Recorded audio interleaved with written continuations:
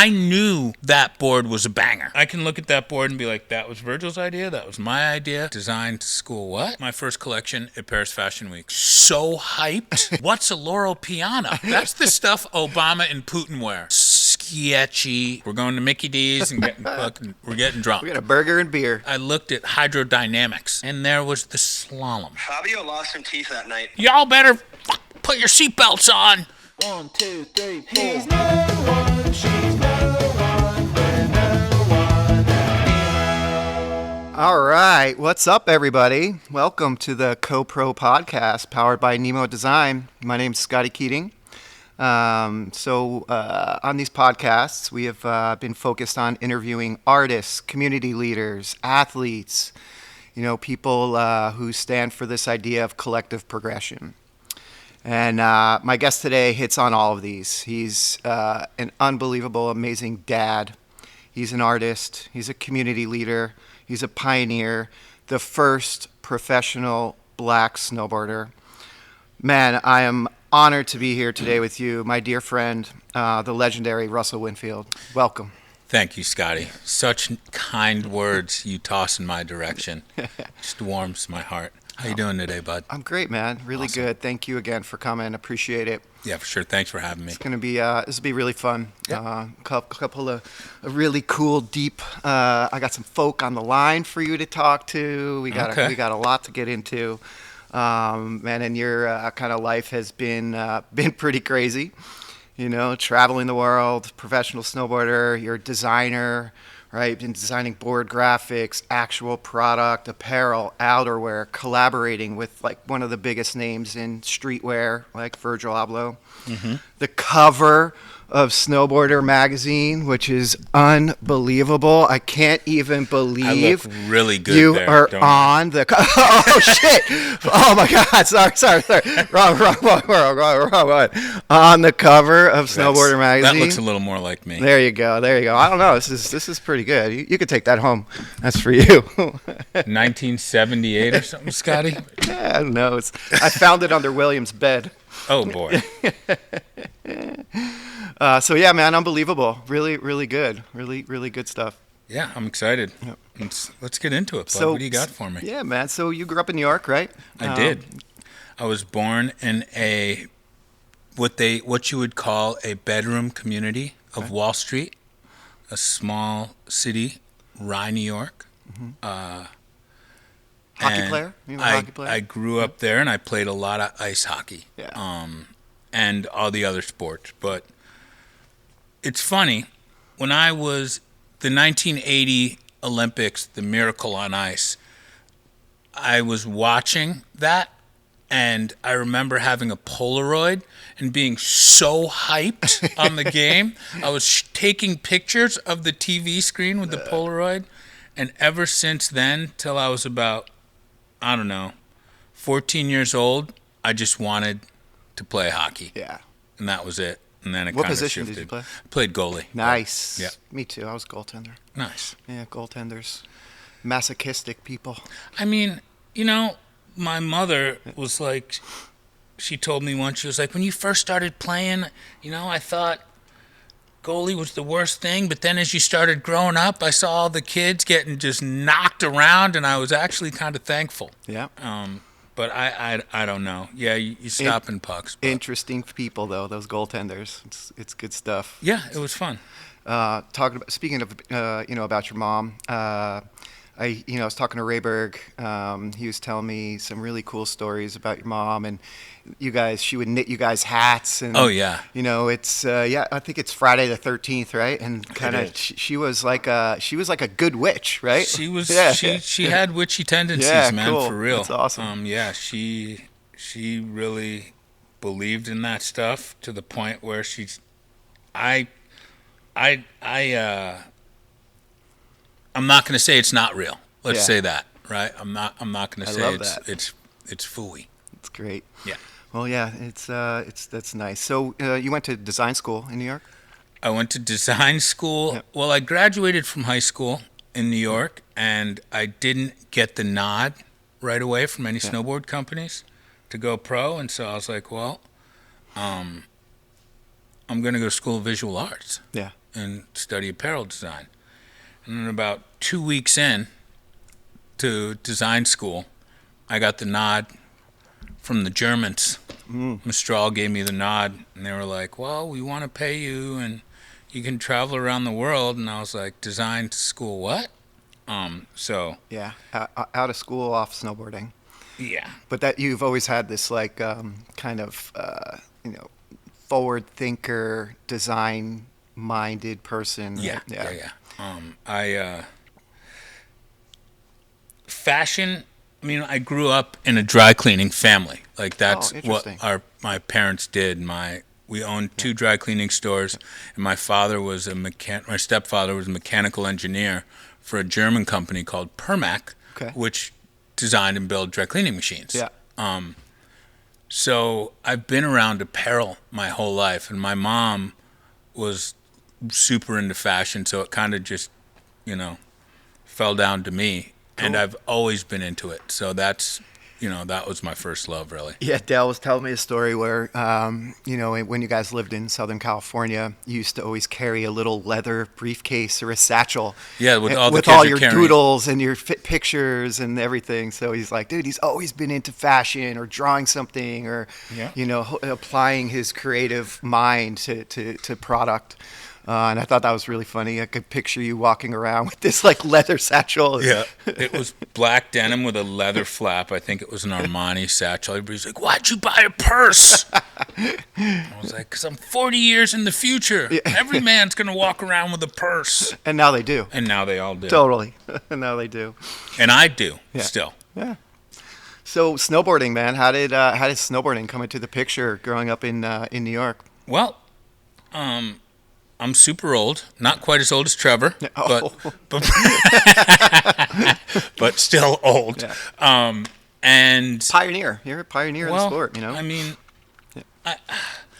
thank you. Yeah. But I was skateboarding, and I went to my local skateboard shop in Old Greenwich, Connecticut, a store called Sunsport.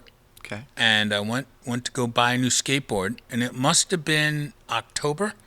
November maybe, and they had a Burton Performer Elite. So this was the first year they made a snowboard, or Burton made a snowboard. Wooden one. It looked like No. This was the first year that it had P-Tex and edges on it. Okay. It was black, and it had the red. Yeah.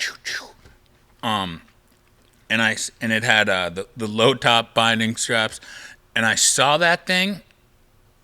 And it was like I saw Jesus, bud. I was like, what is that? Because to me, growing up on the East Coast and really like looking towards what back then I would call California culture, right? Like skateboarding and surfing, like that seemed like the cool stuff to me. It was athletic, but it was also like there was a sense of cool to it, a sense of camaraderie, culture. Yeah, culture. Yeah, right. Yeah. Whereas with style, but whereas with like hockey, it was like sport. Yeah, and it was like athletics. It was like a job, right, for me at that point because I got really, really good, and so it was. I still loved it, but it was like there was this other thing out there where I could use my body and be athletic, but also be creative, and I saw it and. I conned my family into getting it for me. Yeah. I think I told them I'd wear it. Who knows what I said? It was definitely a lie. But I got it, and we used to go. And back then, it wasn't. You couldn't go to the mountain, right? So we went to Appowamus Golf Course, which, looking back on it, was pretty sick. We had like. One hole was a huge downhill, so you had a powder run. Nice. And then on the side, there was like a 5-foot cliffy, so you could jump off that. And then there was another hole that had an elevated tee box, and the side of the tee box came down into a huge bunker. You had a natural snowboard park before snowboard parks. So like you drop in off the tee box, and we built a tombstone so you could do big backside airs. It was probably like 6 inches, but you were doing big flyaway methods and coming back in. And like, I just remember the first time you get going and then, by like the 10th time, you're figuring out how to to make this thing go both directions, and I was like, oh my god, and I saw it, and I was like, this sport's gonna be huge. Yeah, that's Like cool. nobody knew, like it was such a small thing back then. I was like, it's easier than skateboarding, it's more accessible than surfing, and you get to go to all these cool places. Like travel this, around. yeah, this is sport is gonna be huge. Yeah. And so So you're a true pioneer of the sport, man. How's that feel? What's that like?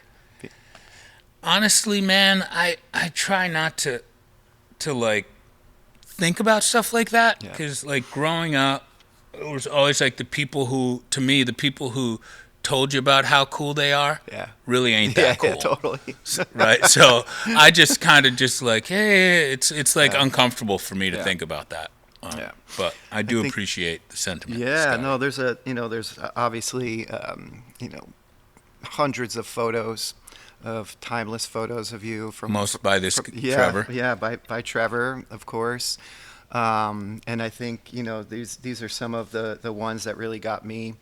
This photo, and then, Yeah. that the Ski bowl. Oh, is that what that was? That ski ball? Oh, bud. Sick. I mean, that made us all want to ride the steel, and you were, again, another pioneer of riding handrails. And I remember you were at Craigmere Mountain one time in New Jersey. Really? And you ollied this barrel, and I was like, "Whoa, that's sick!" And the barrel was like on a snow gun, and I'm like, "That's amazing!" And now we're ollieing barrels because we were watching you. Yeah, there was like some tour that The Ride with the People tour Yeah, that we were you guys talking were about there. before. and it just, but everything and those photos and watching you made us all, I think, want to jib stuff and ride handrails. But yeah, that photo's timeless, amazing. So what it's crazy to see. You want to hear something pretty funny Yeah. about?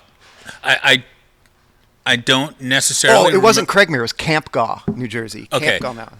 I don't remember being there, but Yeah. I remember right before that we were in the black van somewhere in rural Pennsylvania, probably on our way to there, Yeah. and the van broke down, Yep. and we pulled up to the single most sketchy like mechanic / backwoods gas station, and I was too scared to get out of the van. I was like, they're gonna definitely kill me here. I've seen the movies. Yeah, I've seen the movies. This isn't where I should be. And Jason Ford and Jake got out of the van, and I guess they like opened the garage door and were talking to him, and they came back and they're like, yeah, you definitely shouldn't go in there. And I was like, yeah, no. End up chained in the garage. Fuck something. Excuse my So, language. growing up in New York, you really got into snowboarding. Mom bought you a board. What was the progression from there? Like, you got sponsored. Like, who was your first sponsor, and how did that go? Well, so I figured out how to turn the thing in powder. Yeah. I went to Stratton because you had to get certified. Yeah. And mind you, this thing had fins on it. Yeah. I didn't know any better. So like Susie Ruick, like these are the East Coast pioneers like Susie Ruick and Mark Heingartner, who were Stratton World Team at that time, also did the certifications. Yeah. So they saw me coming with the skegs on, and they were just like giggling. And I went to get my certification, and it was hard pack, and I got off that lift and just went straight. Oh. And I was so gutted. And I got to the bottom, and they were like in true like cool guy fashion, they were like, you should probably take those fins off before you come back. We got another one for certification at 1. And I was just like, ugh. Granted, I got So my you didn't get it the first time? No. Oh. No, I had to come back at 1. I mean, they could have told me, Yeah, hey, yeah. man. But they didn't. Yeah. So after that, I ended up on Stratton Mountain Allegro team with Doug Burns, Trisha Burns, Mike Tedesco, Ross Powers, Matt Mitchell, Jay Fusco. And this was before Stratton Mountain School wouldn't let snowboarders in. Yeah. They're like, yeah, no. Yeah. So Stratton and Susie, we put together a team, and I went to professional kids school in the city. And we did the Green Mountain Series. Yeah. And then we went to the first Nationals at Where was that? Snow Valley Snow Valley. in Southern California. Yeah. Right And I before gotta- you get to Big Bear and Yeah, Snow and I Summit. got to Yeah. tell you, but it snowed 13, 14 feet right before we got there. Crazy. And That low down there. yeah, Yeah. and we had to stay in San Bernardino for a night Yeah. because all the roads were closed. It was a crazy trip, and I did well. And Rick Surf City, sorry, I'm rambling. Yeah, Rick love it. Surf City was my first sponsor. And then What was that? Where's Rick Surf City? Was it Milford, Connecticut, Connecticut? Snowboard shop. snowboard shop. Yep. And then my first, I think I got like I can't remember which came first. Again, I'm old and it all kind of jumbles together. No, it was Lamar. I got a board from Bert Lamar, and then I rode for Mistral. Yeah. I think that's the way it went. Me and Doug Burns rode for Mistral. And I've got another really legendary photo of you. This stale Yeah. fish with another Trevor Graves photo. let me talk to you about that Yeah, I'd Mistral love to hear that. snowboard. Yeah. That thing was so far ahead of its time. I mean, it was all edge contact, low profile nose and tail. Looked a little funny with the little notches in it, Yeah. but it was like 3 Oh yeah, it years. had the little notch in the nose and the tail. Yeah. Yeah, yeah. 3 years later, Yep. every snowboard looked like that. It just had a round nose and tail. Yep. It was cool, and I got to like spend a little time with like Jimmy Holopoff and like At that point, were you giving feedback on board shape and No. or graphics? No, Nothing. none of your like passion about design was coming forward. In No, this. I It was was- always yeah. get bored, ride it. yeah. Yeah. It was cool. I mean, back then, I mean, I was like 17. Oh yeah, so you're pretty young still. And from there, it was like the cool thing about then was there was nobody, like you couldn't go to school to be a snowboard engineer, Yeah. right?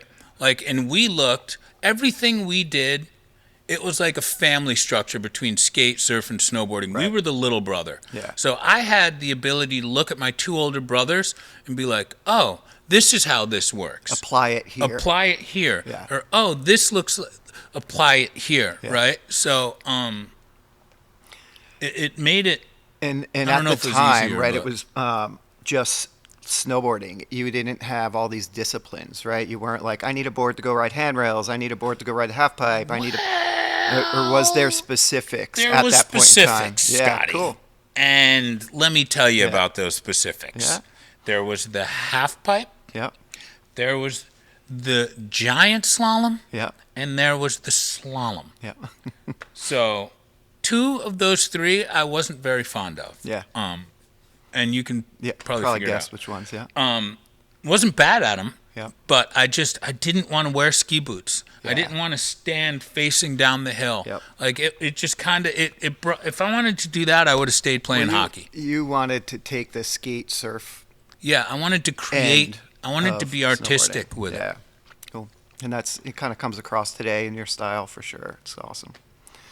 It's good. So from Mistral, where'd it go from there? It was Burton, maybe? Yes, Yep, it was. yep. So Tim Pogue Yep.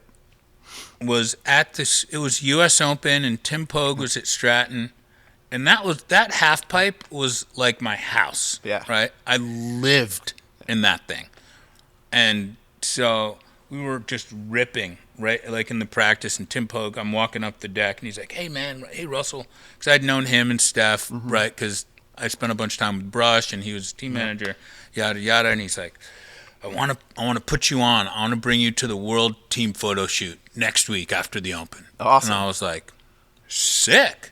Let's go. And so he's like, give me your home address. So I gave him my home address, and he sent me so much stuff. Like, I don't know that to this day I've gotten that much stuff That's at once. awesome. We went out to the photo shoot, and Trevor, it was like, Trevor, John Foster, like all the gnarliest photo dudes were there. Where you're And- like, I made it. I did yeah, it. Yeah. Rush, Ford. And you know what? That's the first time I saw a Red Bull.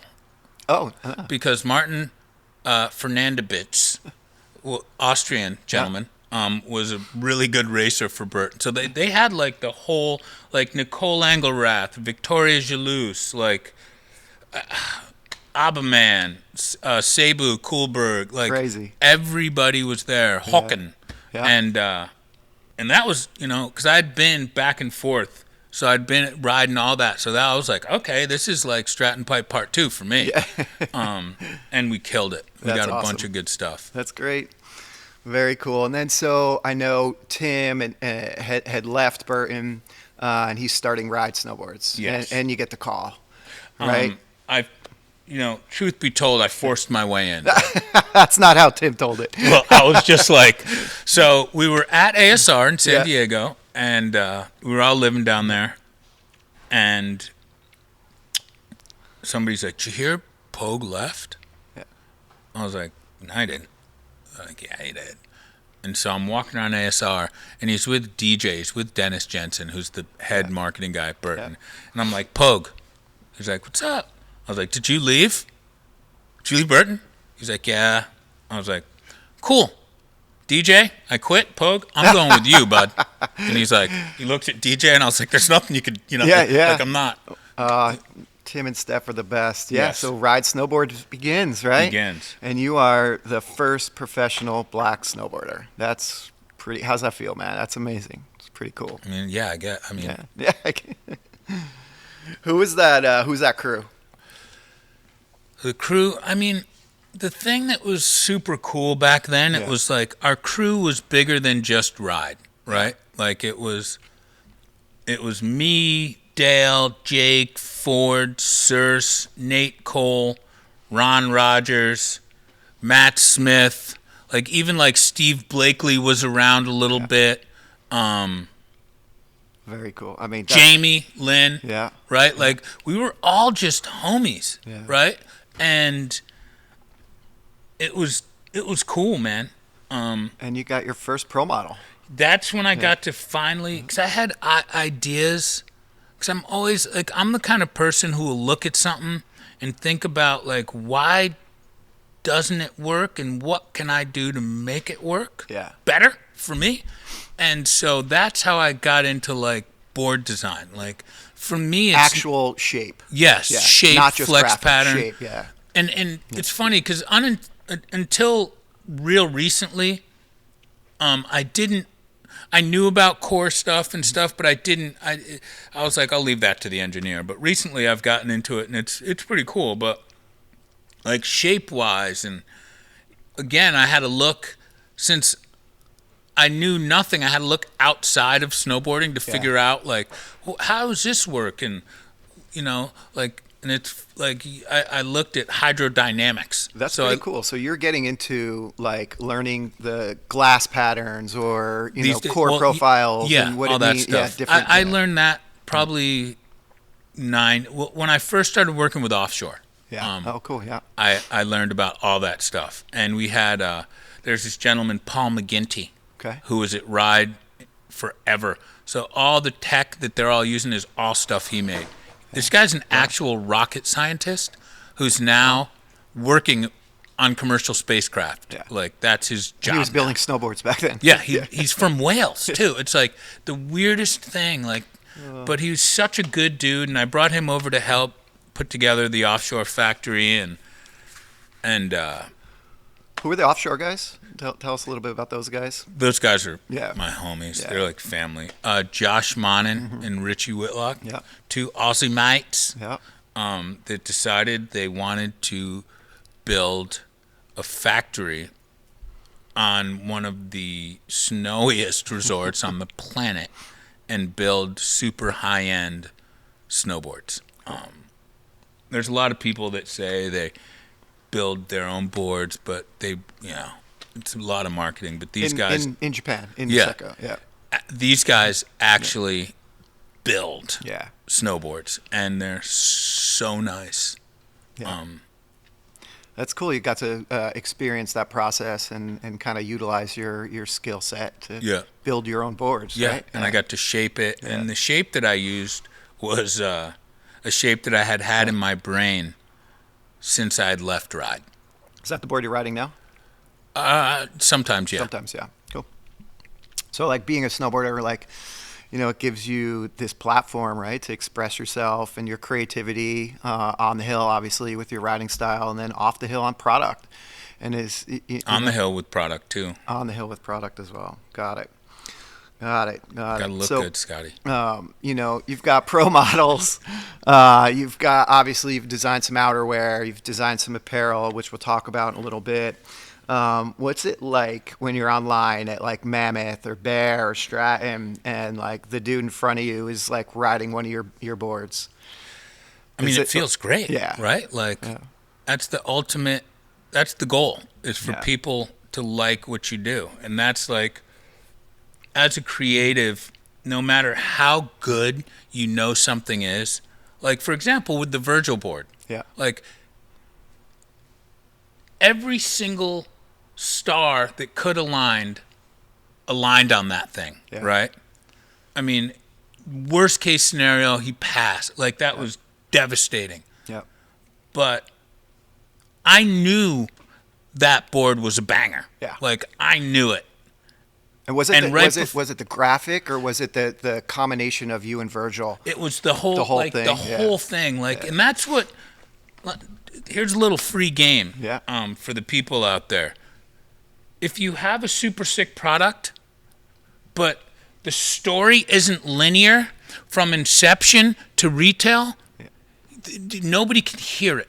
Yeah. Right? Yeah. And that's something that me and Virgil really bonded on, is that you need whoever the creative father of this project is, or fathers or whoever, need to be in the whole process. Right? In order, not in order, but it definitely, your percentage of success gets a lot higher. Yeah. Right? If the story can be the same, like, what happens in a lot of these corporations is you got the guy who designs the product, and you got the lady who's marketing your product, and you got the guy who's in branding, and then you got the sales manager, and there's nobody walking the product through. There's no right? thread through There's all the no functions. thread through the whole thing. Yeah. So it could get discombobulated. You're playing a game of telephone. And with why this was product. that different? Why did that hit so good? Why was that different? Virgil and I were there through the whole thing. Like, I worked with him on the board, and it was a true collaborative effort. Right? Like, I can look at that board and be like, that was Virgil's idea, that was my idea. And you guys would go on heli trips together, right? Yeah. Yeah. Heli trips. He was there when I ruptured my Achilles in Mammoth. Like, we shredded. And it just, so the night before that came out, I had a full-blown panic attack. Really? Absolutely. Huh. I was like, oh God, is this thing gonna sell? It's like not gonna, it's not gonna hit. It's not gonna work. Is this thing not gonna hit? Oh. Is this not gonna work? All the while, you couldn't have made anything better. Yeah. Right? Like, there could have been another star that lined up. How much does a board cost on StockX? It's probably the only snowboard on StockX, right? There's a couple on there, but it's like, I don't know. It's at least retail. I mean, there's some of them. Like, if you want to, have numbers for numbers' sake, I think there's a couple for 5 racks on eBay or 20 grand. Like, nobody's going to pay that, good. but that's cool. There's a price there. Yeah. But I say that just to say that. Well, how would it sell out in 2 minutes? 2 minutes, yes, 2 minutes sold out. It crashed every single site under the Elevated Outdoor Collective thing. Yeah. I told them, like, nobody wanted to hear me. Like, outwardly, I was like, "Oh, this thing's sick. Y'all better put your seatbelts on." But inwardly, I'm like, "Oh my God, is this thing gonna go? Is this gonna happen?" Right? It's awesome. It was great. But it worked. Yeah, it was awesome. That was a great project. Thank you. I do want to get back to Virgil and talk a little bit more there, but I want to talk a little bit about the ride years. So I was chatting with Dale Rayberg, who was part of that crew, right? It's my you guys running mate. Yeah, you guys were in Europe. I think it was like Munich. Again, the ride years for me, watching you snowboard was awesome and unbelievable. It was like during those years, that's when I got the spark for this kind of snowboarding you were doing. And you guys were maybe in Munich or something at a restaurant. It was like a ride team ride day that you guys had, probably in Garmisch or something, just right outside Munich. Solden, probably. Or Solden. And you're at a restaurant, and he's like, dude, Russell gets up, he goes to the bathroom, and he's like, comes back to the table, and he's covered in blood. And I'm like, dude, what the fuck, Russ? What is this? What happened to you? What happened? So, let me tell you where we were. We were in the Austrian Alps at Kitzsteinhorn in a little village called Zellemsee. Okay. Now, let me tell you about Zellemsee. Zellemsee, during WW2, Yep. was a town reserved only for Nazi SS. Oh, crazy. Yeah, I just found that out. I watch a lot of Discovery and History Channel. So when I watched that, I was like, oh, now this place. But it's beautiful. Like, Yeah, there's the Alpen Lake and just the Alps It's the coming photo. off this lake. Here it is. Yeah, Yeah. it is that. Yeah. And so Dale and I pull up to this town, and we were doing summer camp. So Tim and Steph had this great idea that me and Dale were the ones that go to Europe for the summer, and we're going to go and promote Ride and do these camps and hang out with the kids. And so here we are. We go to McDonald's. All the kids, all the beautiful little girls, everybody was in McDonald's. And we're like, this is so weird. And then we look, and there's taps. So there's Mick beer at Austrian McDonald's. That was, if you've traveled enough, every country has their own thing. Like Japan's got sushi. New Zealand's got the kiwi burger, right, which got the egg. Austria had beer. Yeah, great. So we're like, this is fantastic. We're going to Mickey D's and we're getting drunk. We got a burger and beer. So we were running havoc in this town for a few days. Girls were breaking up with their boyfriends, I guess. Oh, to hang with Dale and Russell. Probably more Dale than me, but that's okay. And we're in the club, and I go to the bathroom, and I'm using the bathroom, and my head hits the crazy, the metal piece. Yeah, I still probably have a little scar, and it just starts gushing, and I turn around, and there's this Fabio-looking dude with like long greasy hair and a tank top on, like, are you ready? And I was like, yeah, ready for what? And I run out of the bathroom, and I got a white tee because that our uniform was like white t-shirt. Yeah, because Dale said he comes out and he was just covered in blood. And I'm like, Rayberg, look at this. And we're 14 sheets to the wind at this point because it must have been 7 p.m. Maybe 8. And he's like, who did it? And I look, and the dude rounds a corner, and I'm like, him. So Rayberg runs up to this dude. How tall is this dude? Big dude? Big dude. Yeah, big dude. We didn't care, bud. We didn't care. Grabs him by the ponytail, and so there's the bar was like here, and then the dance floor was here, but it was elevated about this tall. Yeah. And there was like a railing around the dance floor. So Rayberg grabs this dude by the ponytail in the back of his pants and is hitting his head on each railing and then the corner. Each railing and then the corner. And I go, and I'm getting fired up. And so I grab a bar stool that I think is wood, and I'm telling the dude, I'm going to break this on you. And I get it to here, and I go to hit him, and it doesn't go anywhere. And I'm pulling this thing, and I turn around, and the bartender's got the bar stool. And he's like, no, please, no, You're going to kill this dude. And I was like, oh, God, all right. So they end up kicking the dude out and letting me and Rayberg stay in there. Oh, so did you have to get stitches, or you're just blood? There's blood everywhere. You're just rushing. You're just doing it. I was fine. You're nuts. Dale did get stitches a couple days later, but that's a whole nother story. Oh my. Yeah, we were definitely. Oh, that's good. So that's Austria, I guess. That's Austria. Beautiful, great snowboarding. Yeah. I mean, and granted, this was 1993, maybe 94. So I'm sure times have changed. No, maybe not. Quite possibly not. I will tell you this though: on Sundays in 1993, in the Alps, any number you dialed. Bank of Austria would answer Really? On Sunday. on Sunday. We were trying to call Tim and Steph, and we just kept getting the Bank of Austria. Weird. I don't know. Maybe we were dialing. But that was. I mean, they were kind of like in the 1950s. You just back take a then. urinal to the head. Also true.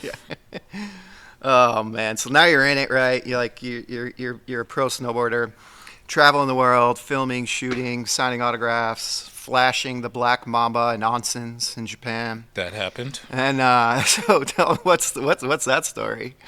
And I know how much you love Japan, so I want to stay here for a minute. But I hear this black Mamba story. I mean, that's a real.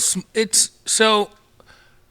We went over to Japan for the Ride with the People tour, and FET was our distributor, and Ride was like their toy project. They had like Formula One cars and Supercross teams, and we went to their office, and everybody. It was like little desks in a row, and everybody had the same outfit on, and it was heavy. So that said, to say that like they set up this full blown, like they rented out this mountain and the lodge. It was like this huge mansion, and they built the sickest snowboard park. Yeah. And they just roped it off, and there was thousands of kids there. Yeah. Just snowboarding, watching us snowboard. It was pretty amazing. And then they had a party. Yeah. And so at the party, it was great, and people were. I got. Hold on, before you go any further, I think on this note, I got a special guest for you. Rayberg, how are you, bud? What is up, Russ? How are you, buddy? I'm just telling them about Japan when we found the whole cooler full of wine. I didn't get. Yeah, I try to forget about those things, but that You and me both, but this guy here is killing me. Oh, yeah, Japan was always special in that way, I guess. Hey, I mean, it was something. That's for sure. Well, that kind of brings up a good memory of Japan. See if you can elaborate on this one a little bit, Russ. All right. So, keeping this on the up and up here, Please. We traveled the world extensively and saw tons of rad places and rad shit. But one of the coolest kind of adventures or things that happened on one of our trips was in Japan. And it had to do with pretty much the most modern snowboard park of the time that I think any of us saw, right? Oh, yeah. And I don't know if you guys talked about this already, but if you did, fine. But no, we didn't talk about it yet, and we were right Russell there. was getting there, and then you had called. So this is perfect timing. Okay. Perfect timing. Yeah. Elaborate on that thing, Russ. I mean, I don't even actually remember the name of the ski resort, but I remember how advanced the park was at the time. And I don't think kids know, and they need to know. I think it was called Kitashiga Heights. That does ring a bell. And we had sea rails. We had down bars off of like 15-foot jumps with Yes, we did. death dives if you didn't make it, but you were cooked.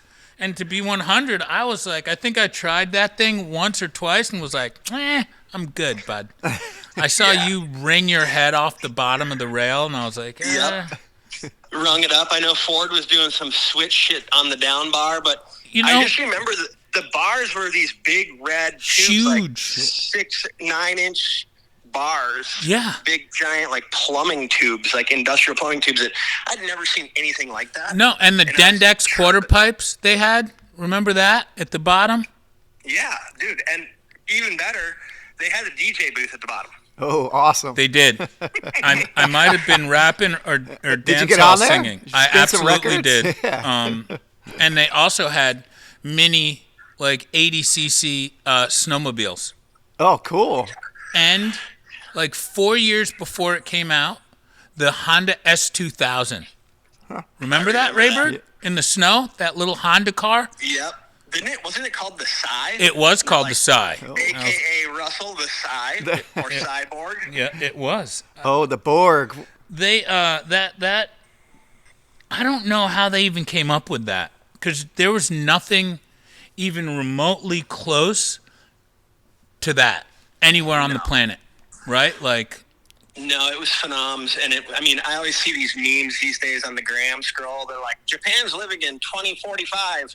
It's true. They're just so advanced with so much stuff, and that was probably one of the biggest eye openers I'd saw, and I know we were all tripping on how radical that was there. that place was great, bud. Cool. And the party after wasn't too bad either.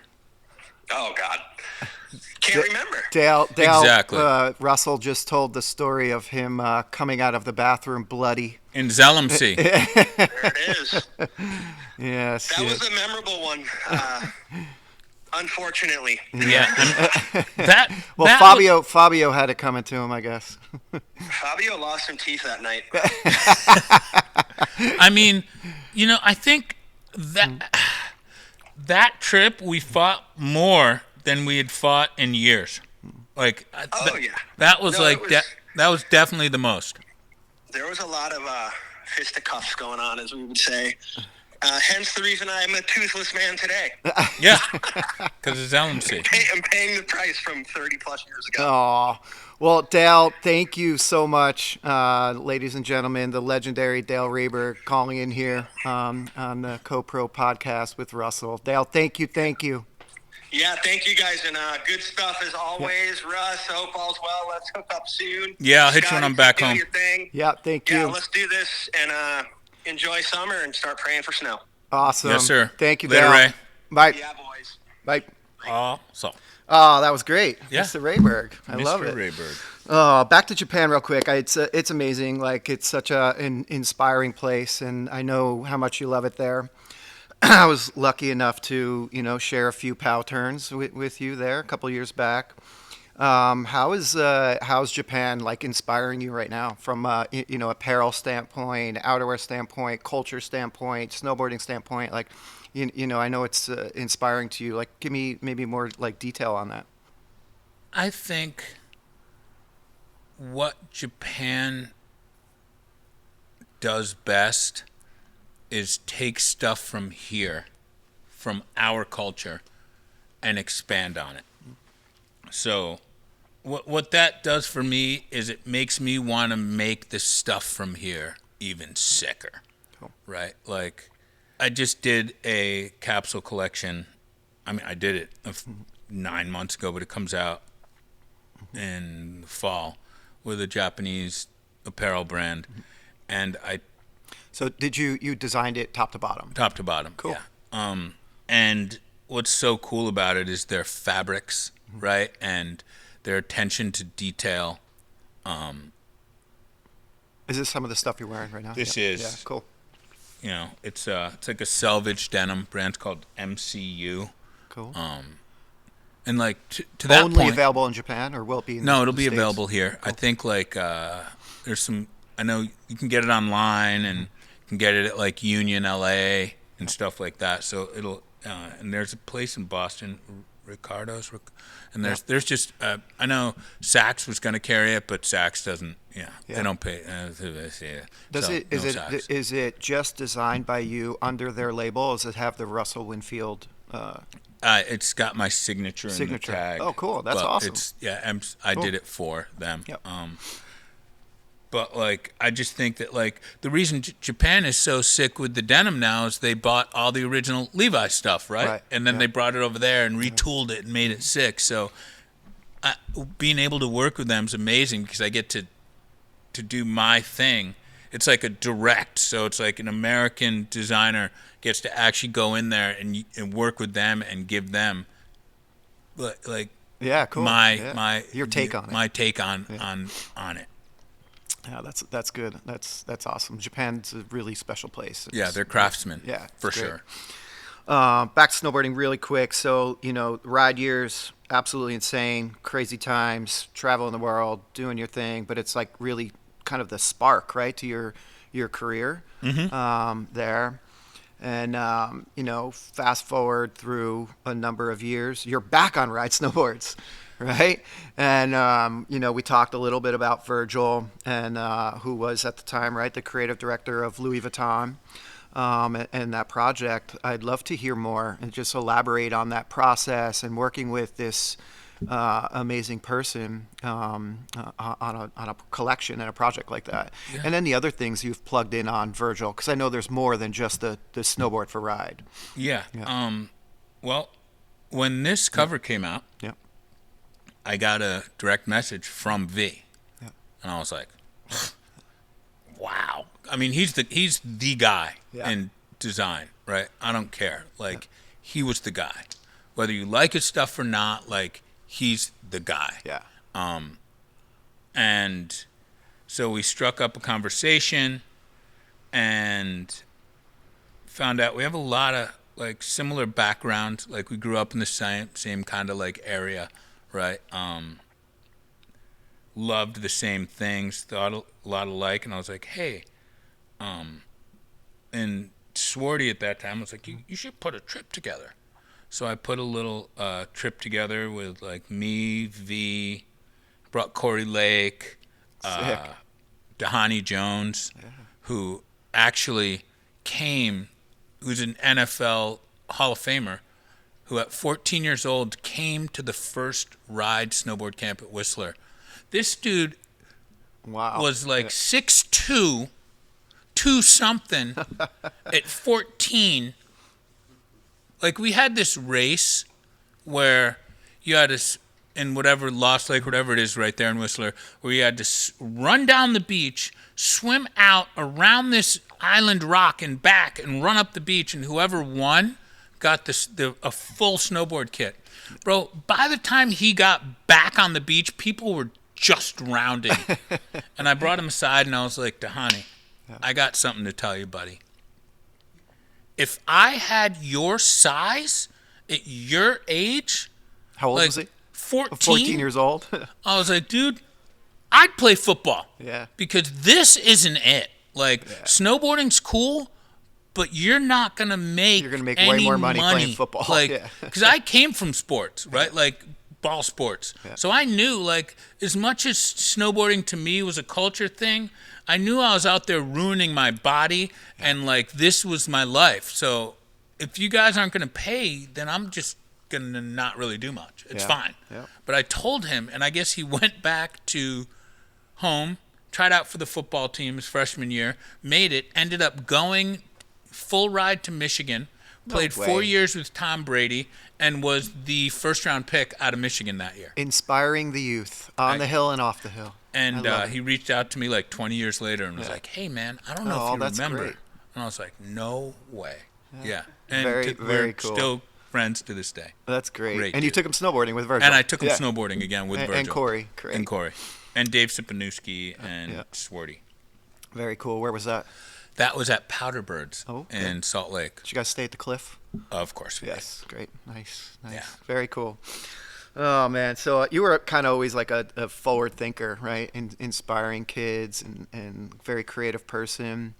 Obviously well connected. Mm-hmm. You know, you ever like think starting your own brand or your own label? Well, I have my creative studio, AS, Mm-hmm. and that's something that Virgil and I kind of kicked off. And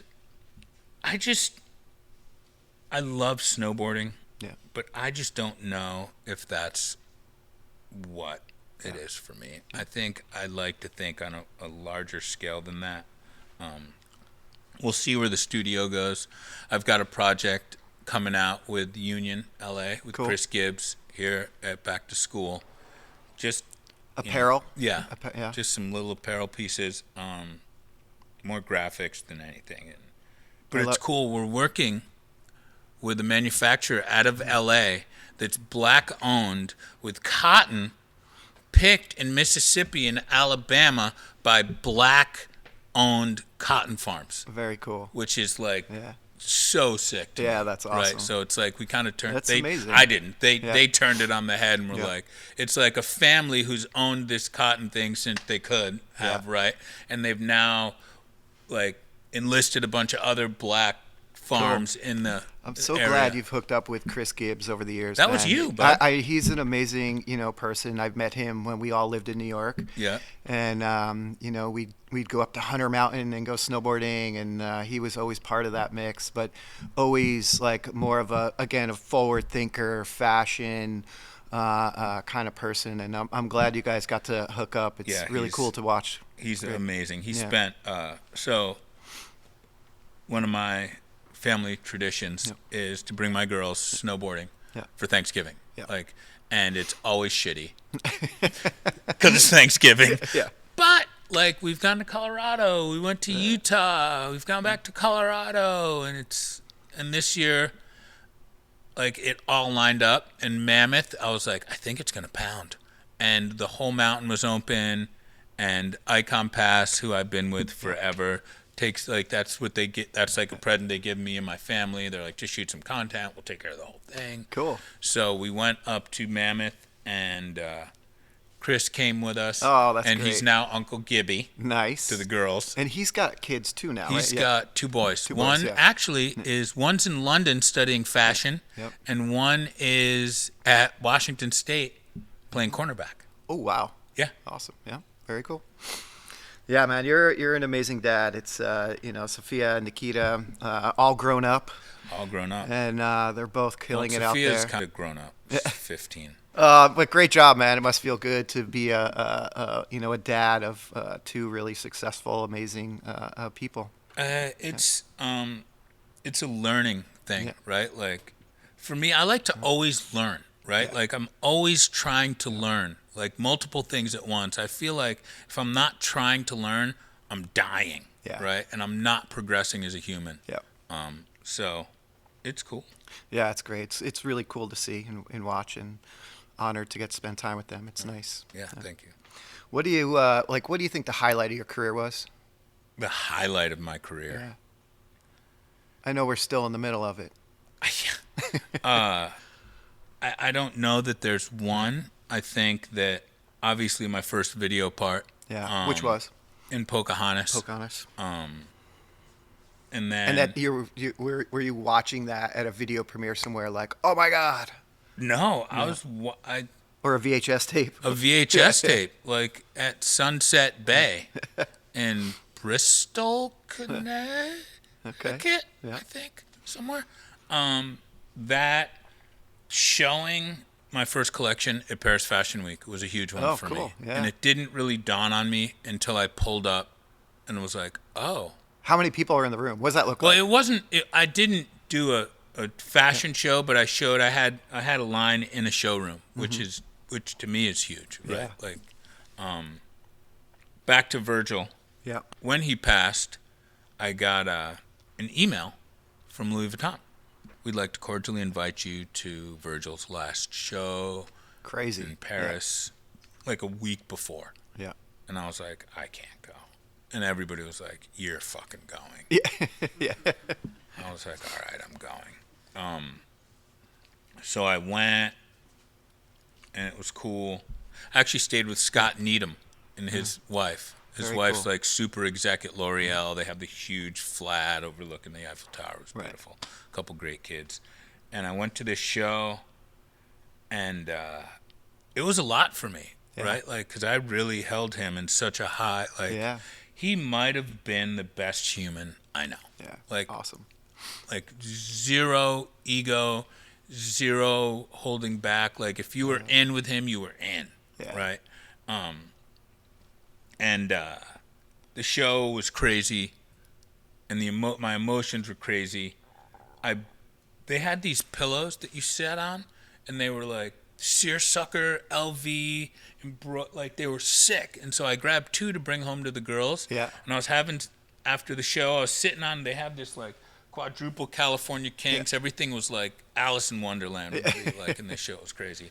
And I'm sitting there, and I put the pillows down to get a picture taken. And this 18-year-old, 19-year-old blonde girl comes running up, grabs these pillows, and takes off. What? I was like.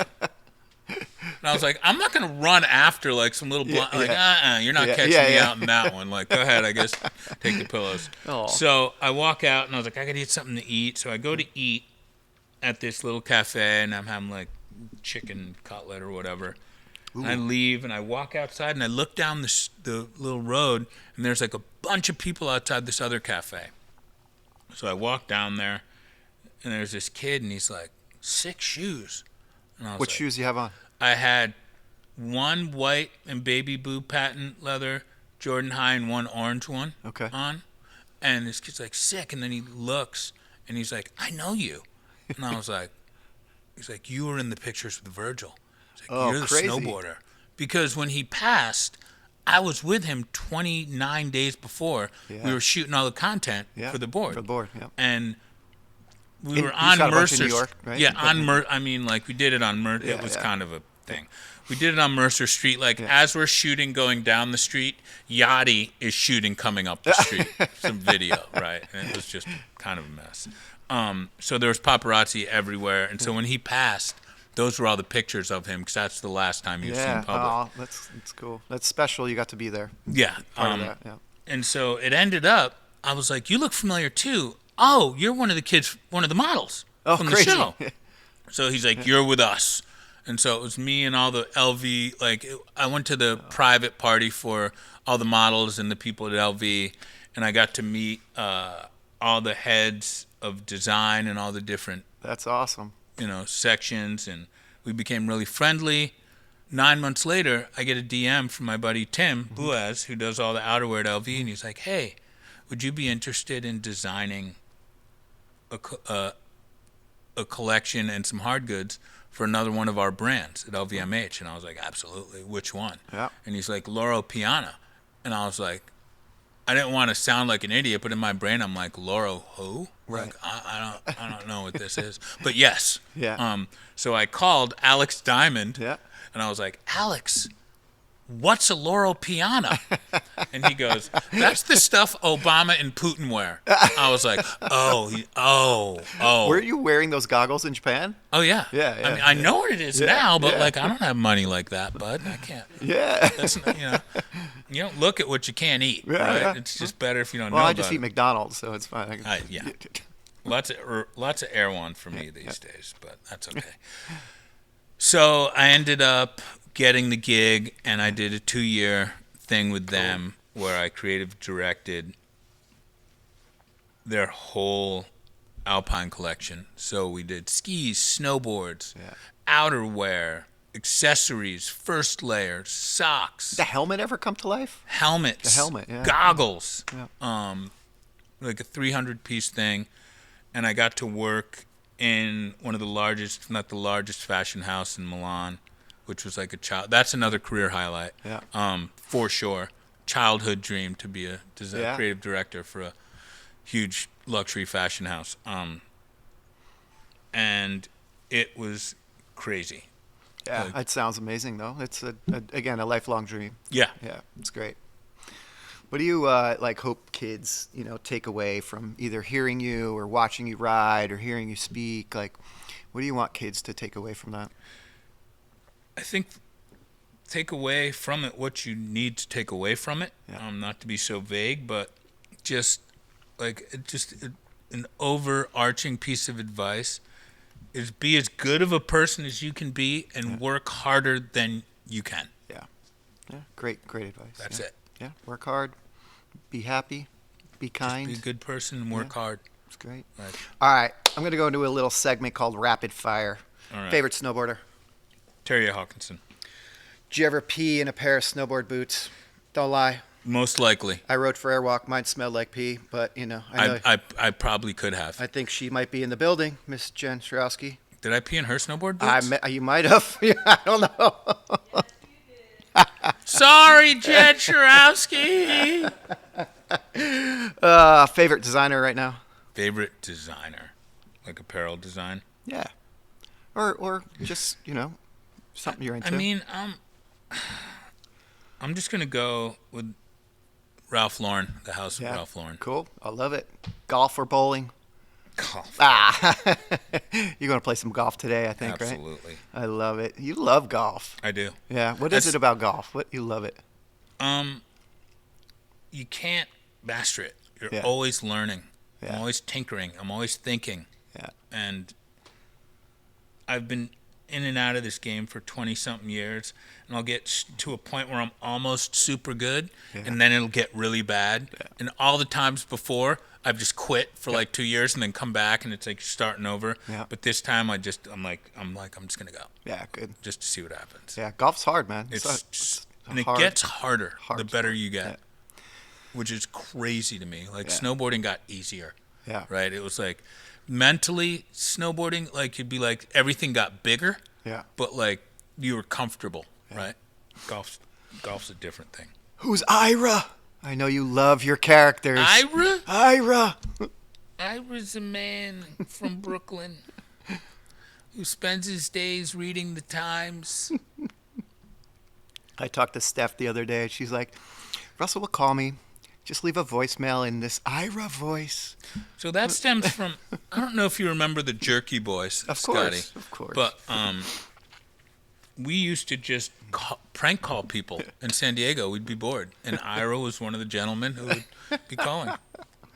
I think Ira worked at a garage. He was a mechanic, I think. That's good. I love it. Yeah, she played me some of the... She still got them. Yeah, she's got them. Random one. What's written on your tombstone when you die? Be a good person. Cool. I love it. Love it. Well, I actually have one more guest appearance here. Okay. From Barkus Evans. Oh, sick. Yeah, and Barkus has a little bit of a question for you. I saw a picture of him. Was he up here? Is that where I saw it? Yeah. Okay. Yeah, we're gonna play this for you, and we'll go from there. My name is Barkus Evans. I'm from Seattle, Washington. I just want to ask Russell, being one of the pioneers in snowboarding, as a black man, what would you do different as far as like being a part of the industry, or is there anything that you regret doing, or what would you do different? Yeah. Great question, Barkus. Yeah. Well, that's a big question. What would I probably would have taken it a lot more seriously. But who knows how that would have ended up, right? Like I could have taken it a lot more seriously and not had the same group of friends. Right. But you don't think you were taking it seriously when you were out snowboarding, or no. you were just having fun. You're out there. Yeah. I didn't understand and wasn't told that what I was doing and who I was as a black person. I was told, but by the time I was told, I was already so far on the other side of that it just didn't register. And maybe it's nobody's fault but my own. How important it was culturally. Yeah. It just kind of got swept under the rug. Or you didn't know, right? It didn't. Yeah, it wasn't part. Yeah. Just didn't know. It wasn't said, right? Yeah. It was a different time in the world as well. Yeah, totally. What's next for Russ, Uncle Russ? AS Studios, and tell me a little more about AS. It's, I think I was at an event, right? We did a really fun event. Yeah. Which was great. Big Bear. Yeah, Big Bear. A couple of winters ago. So a really cool cultural moment. Give back to the community, rooted in snowboarding, art, music, culture. Maybe tell us a little more about AS. What AS is, it started as a conversation, and it's just a movement to open up young creatives' eyes to what is achievable and actually put them in place to succeed. I'm a firm believer of nobody deserves to be given anything, but everybody deserves to be given a chance, right? So with the studio, my main goal is, I'm a network-based studio because I have such a large network of amazing, talented humans in so many different fields that I work in. I want to bring in, for every project, an intern. Cool. Right? Yeah. That's one of these kids Great. and pay them and give them practical experience. Yep. Whether or not they stay on, whether or not, hey, they've got this resume piece now. They got a CV piece that's next level. Yeah, that like totally. a kid coming out of RISD might not have. Or maybe they're trying to go to RISD. I don't know. I just find that pretty much, I went to design school, right, in Seattle. And I learned how to make patterns and do all that. But honestly, I think I learned more in the years working with like Ken and Damon and Ollie and like just working at it, Yeah, right? yeah. Like trade school or, trade program mentality. It's Actually like, doing it. do it. Is Yeah, teaching learn it. through Yeah. doing it, not through theory. Yeah. Because theory's cool, but when the wind starts blowing, the theory is no longer correct. Yep. Right? Like, Yeah. Totally, man. Well, thank you, Russ. You truly embody this notion of collective progression through everything you're doing. yeah. Designing outerwear, board graphics, board shapes, your collection from Japan, that hopefully we'll see here in the States. And I know our listeners really enjoy your journey. Your life is like a movie. My life is like something. Congrats on being an amazing dad and Thank you. and everything you're doing. So, and thank Appreciate you. it. I Thank appreciate you for being here, having man. me, man. Thank you. I really appreciate Yeah. it. Awesome. Thanks, sir. Thanks, Scotty. Thanks, Russell. Yeah. That's it, brothers.